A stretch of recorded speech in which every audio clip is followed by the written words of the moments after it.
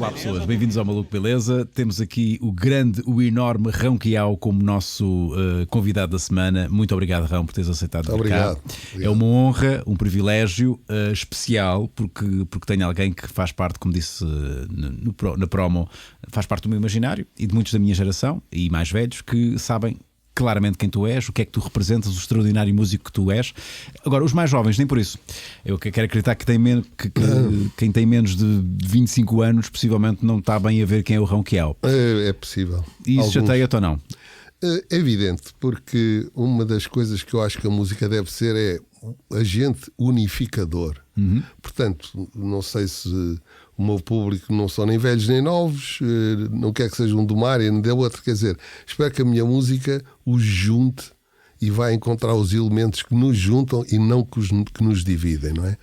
Portanto, gostava que a minha música fosse adequada para que seja quem for de qualquer idade, não é?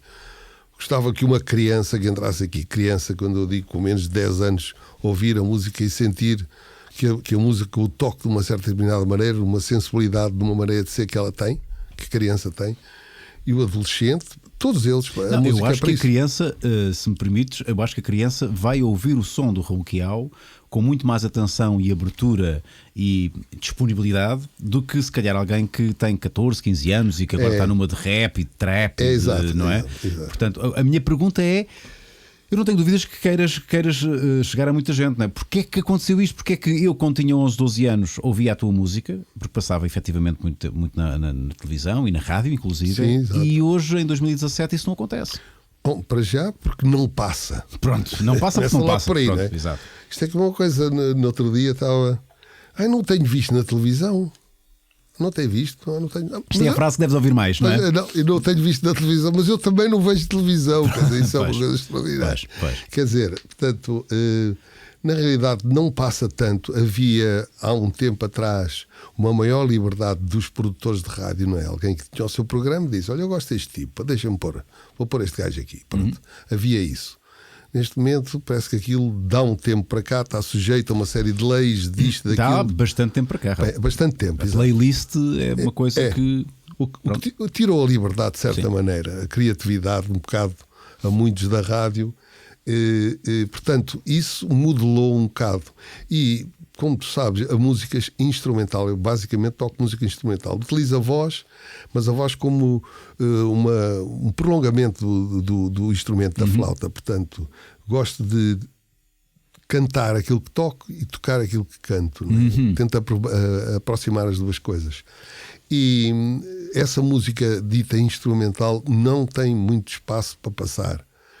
E eu, na minha vida como músico, não é? O músico tem a sua relação com a música solitária, que é aí que começa, no sentido em que tem que haver um amor pela própria música, por fazer som, independentemente se toque para os outros. E tocar para mim, primeiro começa daí. Esse prazer. Isso é a coisa mais importante do músico. Se ele largar isso, muda de profissão, não é? Não pode ser só quando toca para os outros que acontece isso. Mas essa ligação com o público, eu tive grandes altos como música instrumental. O que é uma coisa completamente fora do baralho, não é? É, porque tu não tens... Eu só me ocorre um outro nome, que é mais ou menos a tua geração, o Júlio Pereira, não é? Sim, também. Outro exímio instrumentista, um virtuoso, como tu. Eu não fiz o devido enquadramento. Há pessoas que nem sabem, mas quem é que é o Rão Quiao? Epá, investiguem. Mas o Rão Quiao é um virtuoso da flauta. Reconhecidíssimo nacional e internacionalmente, se calhar até mais internacionalmente do que nacionalmente, e é raro, de facto. Nós não temos uma grande tradição de instrumentistas. Há a guitarra portuguesa, tivemos o Paredes, não é? O grande Paredes, mas de resto eu tenho que me esforçar um bocado para me lembrar de mais nomes. Rão Quiao, Júlio Pereira, Carlos Paredes. Não, quer dizer, realmente. Não, mas que sejam. Há de haver outros virtuosos, mas que sejam do domínio público, não é? Pois, exato. Lá está. Isso foi uma coisa que me aconteceu sem eu saber, sem eu compreender, não é? Na altura, quando eu fiz os discos que foram o grande sucesso que foram, mas estou a falar num sucesso de uma coisa um bocado estranha que extravasou. Uma vez dei uma boleia a um pessoal e estava lá uma miúda no meio. com os seus 15 anos. Onde? Em que foi? Dei uma boleia e, portanto, isto há uns anos, só que há uns anos. Pá. E então, o facto é que eu ia a tocar, não houve associação nenhuma. Ia tocar no rádio? Não, o rádio estava desligado, então eu ia calmamente, íamos a conversar e tal, e de repente parou a conversa e ela começou a trautear o tema meu. Exato, o meu tema, não é?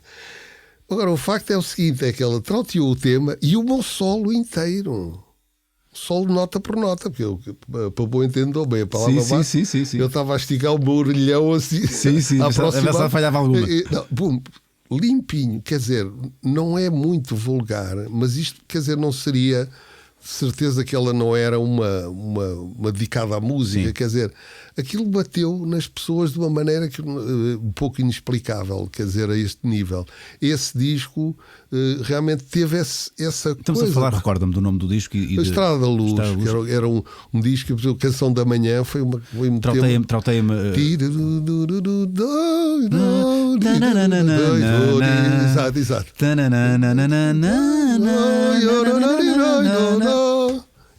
Esse tema, essa melodia que surgiu, eu dei-lhe tanta atenção a essa como a outras, e se calhar a outras ainda mais atenção dei. Sim. Mas aquilo de repente cria-se ali uma situação com a sensibilidade das pessoas, de toda a gente. Tiveste um hit, não é? Foi um hit para todos os efeitos. Um hit. A nível de música instrumental não é muito vulgar. Vamos recuar, até porque eu acho que é interessante explorarmos aqui os teus primórdios, como é que surgiste como músico e como é que escolheste. Esta é das poucas perguntas que eu tinha encaixadas aqui na minha cabeça para te fazer. Porquê a flauta? Quando se é puto, o que se quer é ir para a bateria ou para a guitarra.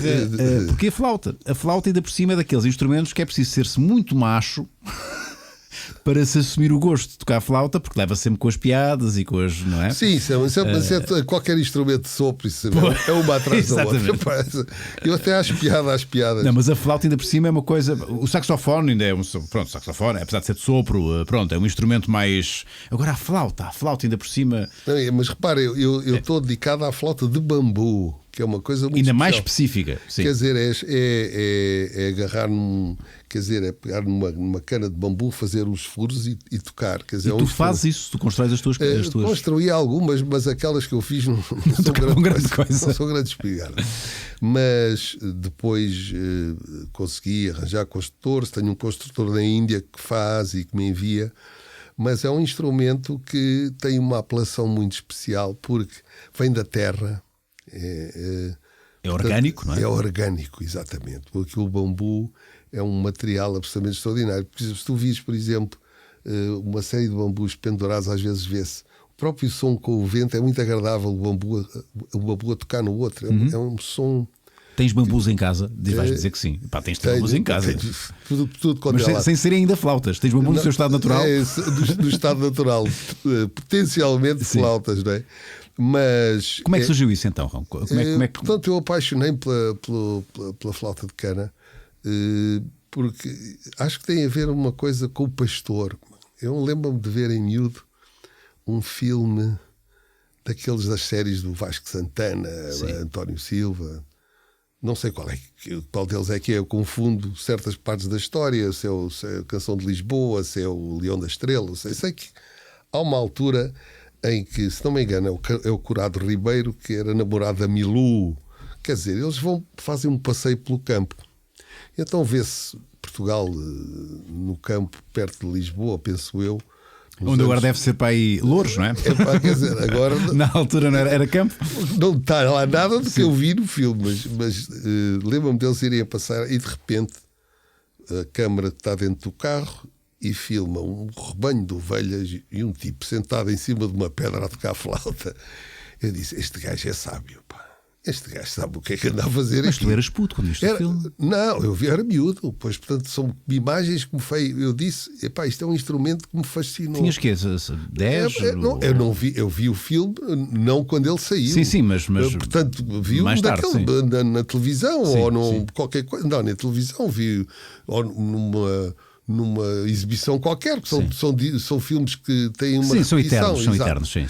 Mas sei que aquilo marcou, portanto, uma das coisas que me fascina realmente na flauta de bambu é esta coisa. Mas ele não estava a tocar bucólica. flauta de ele estava a tocar uma flauta de cana. Sim. Que é a flauta do pastor, não é?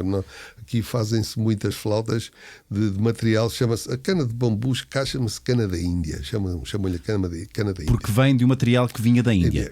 Porque a Índia tem realmente tem um espaço. As canas têm um espaço muito grande entre nós, o que faz com que tu possas furar uma flauta sem ter que rapar os nós no meio, o que é melhor para o som, fica mais inteira. E, portanto, as melhores flautas são realmente da Índia. Mas, por exemplo, a tradição aqui dos nossos vizinhos árabes, que ficaram aqui na província não sei quanto tempo, que é o ney, é uma cana com vários nós, e também tem um som absolutamente extraordinário. Quer dizer, é um mundo fascinante o que o homem tem feito desde há milhares de anos, pegar numa cana e começar a tocar. Eu acho isso E deve ter sido dos instrumentos mais antigos. Bom, uma coisa que eu te posso dizer de certeza, é o instrumento melódico mais antigo que existe na humanidade. Melódico. Pois, percussão, naturalmente, terão sido os não, primeiros. É o segundo mais antigo. O primeiro é pois é voz, sim. E então dizem, a lenda diz que estaria uma cana aberta, quer dizer, à beira de um rio, e então o vento dava e fazia um som, havia um som. Então, a partir daí, um esperto da altura, não é? Espera aí, se eu soprar lá para dentro, eu também tenho vento, então porquê é que eu não vou soprar? E aí provocou vários sistemas de som. Diz-se que o mais antigo é a flauta de Pan, porque a flauta de Pan são vários tubos colados uns aos outros, cada um exatamente com uma nota musical. Cada um tem uma nota. Portanto, agora o que é que houve um esperto, talvez umas centenas ou milhares de anos depois fez um furo, o que define a entrada do segundo tubo. A partir do momento que eu fecho ou abro, o tubo exatamente, e curta ou aumenta. Exatamente. Portanto, a flauta de Pan depois entrou nesta versão da flauta de bambu, agora com vários buracos, que é a versão agora, mas que no outro dia, olha, encontraram na China uma série de flautas a tocar com mais de 5.000 anos. A tocar? A tocar. Acho que chegou lá um afinadas? Chegou lá o DIP e pessoa a tocá-las, quer dizer, elas tocam, quer dizer, com mais de 5.000 anos, não é? Portanto... Vais ter que... Eu tenho aqui... Não queremos aqui só falar de flautas, mas estou a ver que é um assunto fascinante e que te é, obviamente, caro. Mas quantos tipos de flautas existem? Faz ideias? Centenas? Dependendo do tipo, quer dizer, no mundo. Sim. Portanto, há esta flauta de Pan. De que forma é que podemos segmentar as flautas? Basicamente, flautas de bambu, porque, por exemplo, a flauta transversal é um instrumento completamente diferente completamente diferente a nível de execução, digamos, de relação com o instrumento, é muito diferente. Uma coisa é assim? Não, é exatamente. O sistema é o mesmo. É o mesmo, dó, ré, mi, fá, sol, lá, si, dó. Exato. Só que é diferente a resposta do instrumento. Aquilo é a música faz o instrumento, mas o instrumento também faz a música. Uou! Não é? Certamente o instrumento, já pelos seus próprios sons... que estou a olhar aqui para o Marco é música e estás a dizer que sim senhor. É, sem dúvida. Mas a relação que uma pessoa tem, por exemplo, com um instrumento de sopro em relação a um instrumento de cordas é completamente diferente. Porque como utilizas o teu próprio sopro, sim, responde organicamente ao teu próprio organismo, não é? Sim, é mais orgânico do que um instrumento evidente que não faz isso. Mas o facto de tocar assim ou tocar assim influi muito? Influi, quer dizer, os vários tipos são, portanto, mais antigo sistema é o da flauta de Pan, que ainda hoje os senhores que afiam as lâminas tocam. Exato. Exato. É um tipo de flauta de Pan, pronto. Sim. Mas plastificado. Sim. Exato. Mas já vi um ou dois virtuosos. Virtuosos não, mas bom. Mas é a maneira como a nota é cantada, não é? Ele depois acaba por criar ali uma relação com umas poucas notas. Sim. Coloca aquilo, é um bocado como um pregoeiro, aquilo é uma espécie de um pregão. Exato. Só que é feito. Ou faz com arte ou sem arte. Sim. Exato, e tem uma arte, são 3 ou 4 notas, mas a gente, este gajo Toca isto, só sabe tocar esta, mas toca muito bem. Mas toca bem, aquela maneira como o som se insinua. De modo que tem essa flauta, depois tem da tradição árabe, Médio Oriente, tem o que se chama o ney. Ney. O que é o ney? É uma flauta que se ouve muito nas orquestras árabes. É aquela flauta que faz ali os contracantos dos grandes cantores, que é tocada de lado. É um bocadinho estridente, não é? Não é estridente? É estridente, é soprada, quer dizer, ouve-se bastante do sopro, o próprio instrumento é assim, e não tem furos nenhuns, quer dizer, é soprado de esquina, como se fosse assobiado na esquina, e é um tipo de embocadura diferente. Sim. Portanto, o ney também é uma flauta muito marcante, é, exato. E depois tem a flauta que chamam a quena, que é usada muito na América do Sul, que também é um... Olha, estamos a ver isto, é isto, não é? Esta é a ney. É a ney. Isto é o ney, lá está. O ney é soprado na parte de cima, onde está aquela argola. É de ladecos. Exato, e o sopro apanha a quina, não é? Apanha a quina como se fosse aqui. Apanha a quina e faz o som através daí, não é? Está aqui. Como se fosse. Claro, aqui não se consegue tirar som.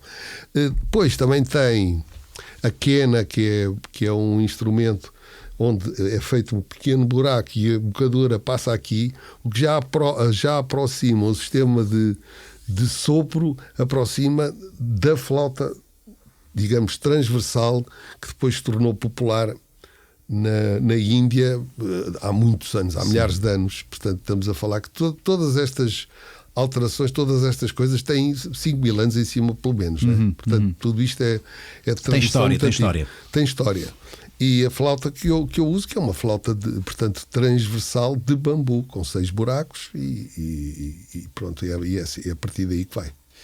É fascinante este mundo das flautas. É fascinante, com certeza, aquilo que as flautas te proporcionaram, nomeadamente conhecimento, viagens, prazer, enfim. As flautas proporcionarem prazer, é muito estranho dizer isto. Vais repetir para aquelas piadas. Para aquelas piadas que nós não queremos ir. Não sei se nós nos conhecemos daí. Eu estou naquela se nós nos conhecemos ou não do Cabaré da Coxa.